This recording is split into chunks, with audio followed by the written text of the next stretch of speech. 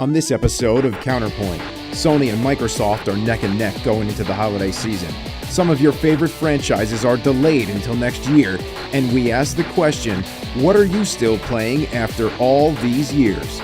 Join Pixel Enemy's own Jay Michaels and Frankie Vitorello from digitpress.com for these topics and much more on this episode of Counterpoint. Hello everyone and welcome to Counterpoint. It's the video game shootout show that scores the argument. I'm your host, Mark Remo, and I'm here today in the studio with Frankie Vitorello from Digital Press and Jay Michaels from pixelenemy.com. On today's show, I'll be taking our guests through 5 topics and scoring them based on the wit, insight, and the overall quality of their comments. At the end of the 5 topics, the guest with the most points wins and will be awarded the final word. With that, let's move on to topic number 1.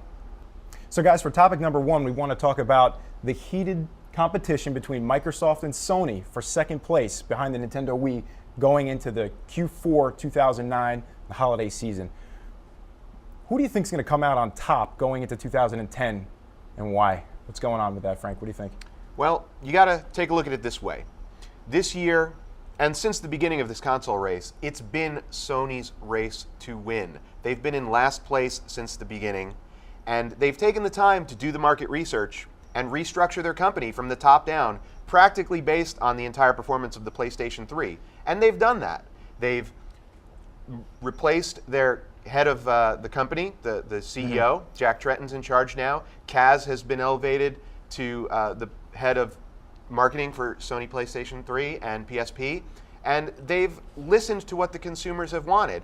It took them a little while to break that price point that was the most prohibitive thing for the consumers, and I think that they've done it. I think that we've seen in the market a kind of acceptance. Okay, they've finally done that, and the units have moved, and it's going to be Sony's time to make up. So Jay, Microsoft came out strong. They dictated this current generation. Who do you think's ahead? Well, I think, clearly Microsoft is still ahead, but we have to remember that they did launch a year before the PlayStation 3.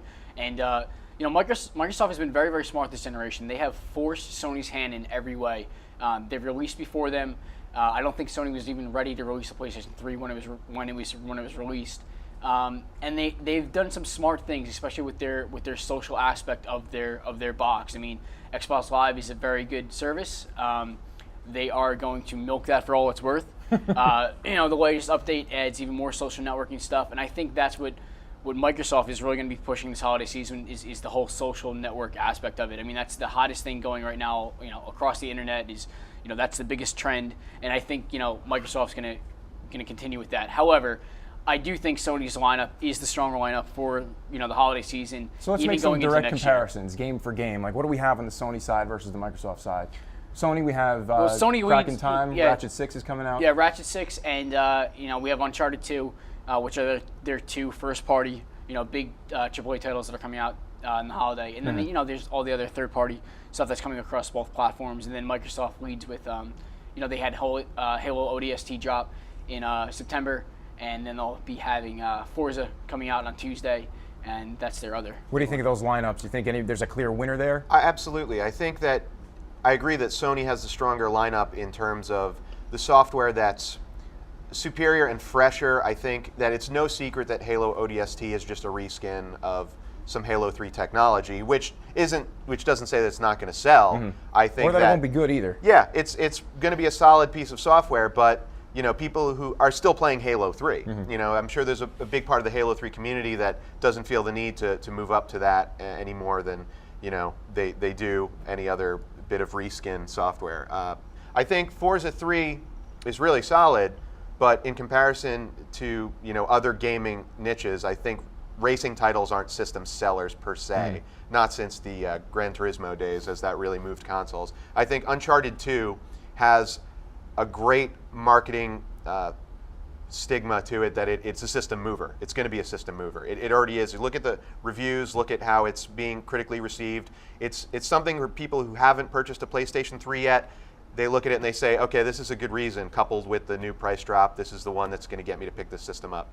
Let's talk about the online services a little bit. Microsoft has a huge lead with having the Xbox One and the Xbox Live service being created there and refined over time.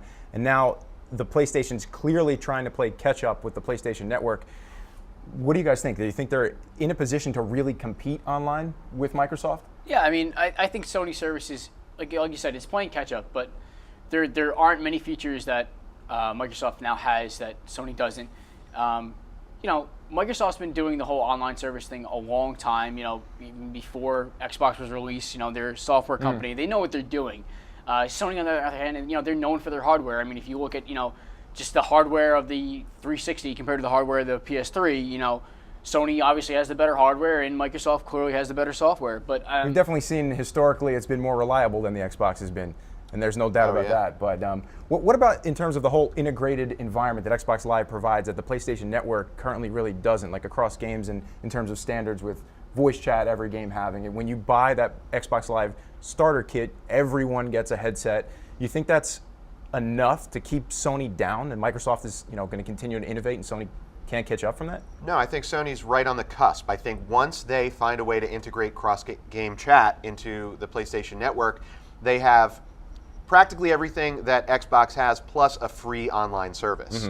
And that's a huge selling point. Right now, PlayStation 3 out of the box is a pretty much all-in-one device. You can couple any Bluetooth headset with it. That's not, or USB headset. You can't really do that with the Xbox with Bluetooth technology. And once they get that cross-game chat in, they can sit back and say, okay, now what does Xbox have? You can log on to your Twitter or your Facebook through the PlayStation 3's existing web browser. Xbox doesn't have an existing web browser. They don't have any kind of web browsing technology. You can do some things with PlayStation 3 that can't be done at all on Xbox's onboard software. You can play Blu-ray discs, number one, with the hardware. You can play Blu-ray discs. You can stream videos through the web browsers. It's not Netflix, and there's been some rumblings that Netflix may announce a partnership with Sony going into the next quarter. We don't know. That's just rumor at this point.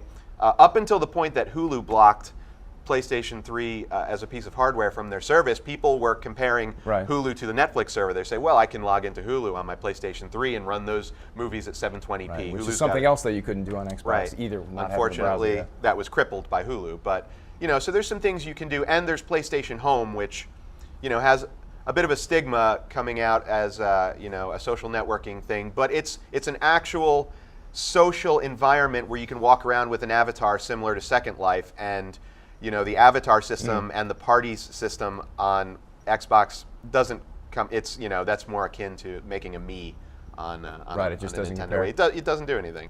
So there's definitely a lot of activity by both companies trying to catch up with the Nintendo install base moving into 2010.